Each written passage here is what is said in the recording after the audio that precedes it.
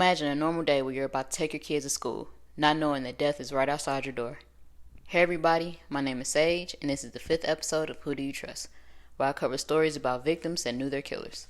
Today we'll head over to Chicago, Illinois, and dive into a devastating story of Jayden Perkins, a young and talented boy's life who was tragically taken from him. Jayden Perkins is best described as an intelligent and extremely talented young boy. He was a 6th grader at Pierce School of International Studies, a straight-A student, and was a dancer and actor. The young boy danced at Gus Giordano's dance school, where he brought the biggest light to the school. His work ethic, determination, and constant smile filled the room. He was funny and loving and would act in school plays. He definitely had a very bright future ahead of him, and he was the oldest sibling with a younger brother, and his mother was currently pregnant. It was a regular Wednesday morning and the family was getting ready to start their day. March 13, 2024, around 7:45 a.m., as Jayden, his brother, and his mother was about to leave the apartment, his mother opened the door and was viciously attacked. Crossetti Brand forced his way into the door and began stabbing Jayden's mother. Jayden then attempted to protect his mom, but unfortunately was stabbed in his chest. His younger brother witnessed the entire thing but was unharmed. His mother was rushed to a hospital and was in critical condition, but fortunately she survived, and so did her unborn child. Sadly, Jayden would pass away from his injuries. Jayden's mother dated Crossetti more than 15 years ago and had been dealing with trying to protect herself and her family from this man for years. She had an active protective order against him, and she even registered herself in the IDOC system to receive alerts regarding his release from prison. Crossetti had served a 16-year sentence for home invasion, possession of a stolen motor vehicle, and aggravated domestic battery involving a different victim, and was released from Statesville Prison on mandatory supervised release in October 2023.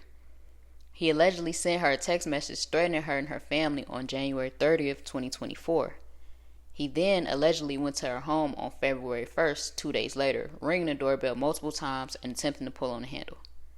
Jayden's mother contacted the parole board and he was taken into custody, only to be released on parole weeks later on March 12th, the day before the attack. An emergency order of protection was filed on February 21st. Jayden's mom wrote that Crossetti, quote-unquote, sent me several text messages saying that he would kill me and my family. He would wait outside my house and shoot me. I have pics. Unfortunately, a judge did not grant the request for the emergency order of protection and instead scheduled a hearing on the matter for March 13th, the day of the attack. He violated an order of protection involving her 3 times back in 2008, a case where he received a 3-year sentence. When he was served his order of protection, he ripped it up in front of a judge in open court. He had several other felony and misdemeanor convictions, including a 2009 non-domestic related case involving possession of a stolen motor vehicle, where he was sentenced to 4 years in prison, and a 2005 battery case where he served 10 days in county jail. He was captured on surveillance video several times, both near the crime scene and on CTA cameras, leaving after his alleged involvement in the attack. Several other items was recovered with red blood-like substance on them, including a knife, clothing, and a stolen cell phone belonging to the victim. He is due back in court on April 3rd. Friday, March 15th, family and friends made sure that they gathered in Jayden's honor at the apartment complex where the attack happened. This episode of Who Do You Trust is a bit different because Jayden's mother did not trust that man. She hadn't been with him since roughly 2008 and had been fighting to protect her family. Who she did trust was the court system. The system failed her and Jayden, and sadly, these cases happen more often than you think. Now a young boy's life is taken from this world, and I could tell that he'll be greatly missed by his friends, family, and his teachers.